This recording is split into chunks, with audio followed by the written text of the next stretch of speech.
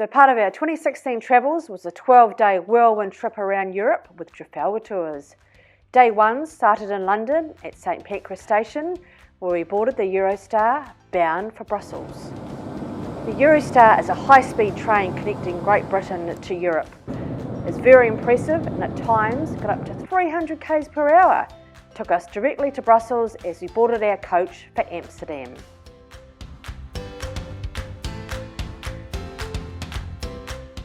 Amsterdam has a great mix of the old and new.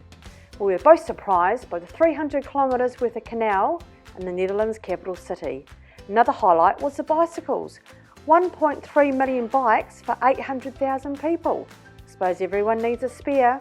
As luck would have it, our evening meal was on board a canal boat. Very nice and some very yummy food. We were told that if we kissed under the bridge of love, we would be together forever. The verdict's still out on that, I'll let you know. The following day, we were off to Germany via Boppard for lunch and a cruise down the River Rhine. It surprised us how busy the river was. Lots of different barges carrying all sorts of bulk product. Definitely something we don't see in New Zealand.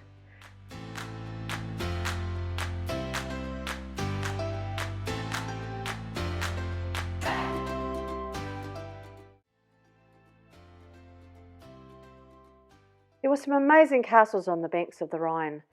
This was a very picturesque part of Germany. We were then straight back on the bus and off to Munich in time for lunch and to see the Glockenspiel play at the town hall. The Glockenspiel is 110 years old and still attracts a huge crowd when it plays twice a day.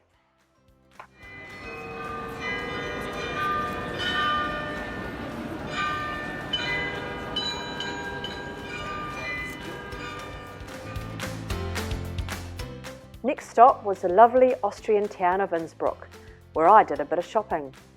Innsbruck became well known when it hosted the 1964 and 1976 Winter Olympics. It is still a very busy place.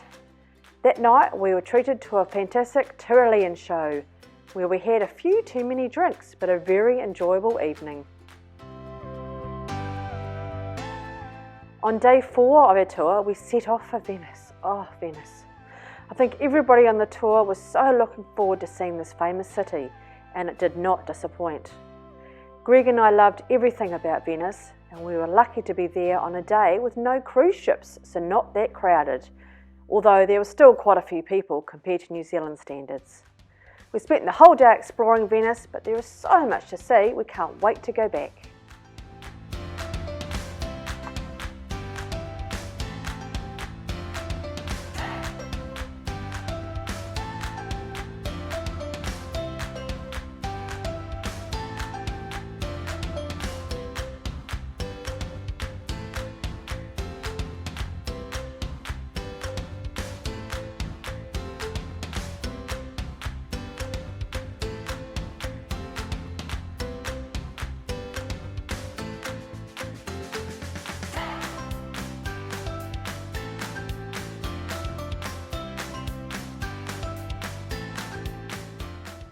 Rome was the next stop.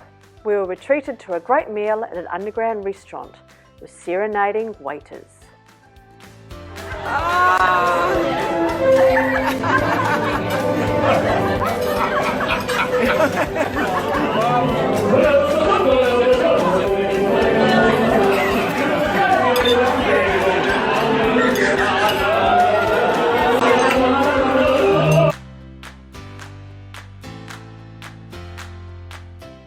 The next day was sweltering hot and we toured all the sites. The Colosseum was spectacular.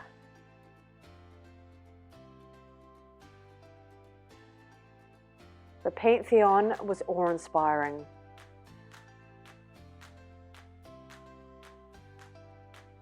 The Vatican was awesome. And the Trevi Fountain was just magical.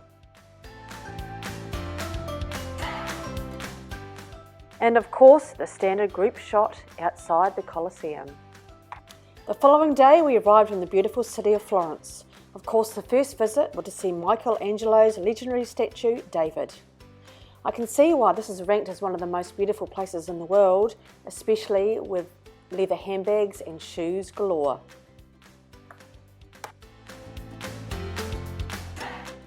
Next on the tour was Lucerne. What a little treasure nestled at the base of the Swiss mountains. Here we boarded the steepest railway in the world to the top of Mount Pilatus. What a fantastic experience. The air was so crisp and cool and the views were fantastic. Switzerland is such a beautiful country. That afternoon we visited the famous lion sculpture. Evidently the sculptor didn't get paid for his work, so we framed the lion in the shape of a pig. Fair enough. That evening we spent time cruising on Lake Lucerne. Day 10 and 11 was spent in Ooh La La, Paris. Both Greg and I loved the Eiffel Tower. It was very crowded, but thankfully Trafalgar Tours had it all sorted and there was no queuing at all. Originally a temporary structure for 20 years, but it's still going. Next stop was the Notre Dame, and then we went to the Arc de Triomphe. In the evening, we were treated to a show at the Moulin Rouge, which was another great night with our Trafalgar travel buddies. Next stop was the Sparklies at the Eiffel Tower. The final day of our aptly named European whirl was spent crossing the English Channel from Calais to Dover. What a fantastic 12 days it's been, visiting 9 countries in all. We'd both do it again in a heartbeat.